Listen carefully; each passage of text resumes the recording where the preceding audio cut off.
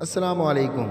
Train کے ایک طویل سفر کے دوران ایک 65 سالہ خاتون نے اپنے ایک ہم سفر سے وقت گزارنے کی خاطر گپ شپ کے بعد یہ پوچھا کہ کیا یہ سچ ہے کہ مرد زیادہ جھوٹ بولتے ہیں؟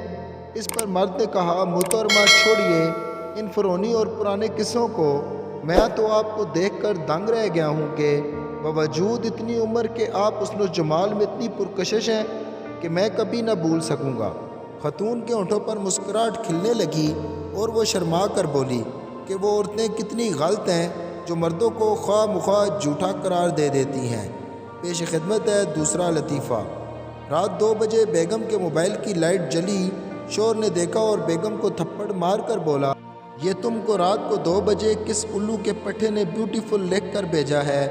بیگم نے موبائل دیکھ کر شوہر کو تھپڑ مارا اور کہا، اینک لا کے دیکھ، یہ بیوٹیفل نہیں، بیٹری فل لکھا ہوا ہے۔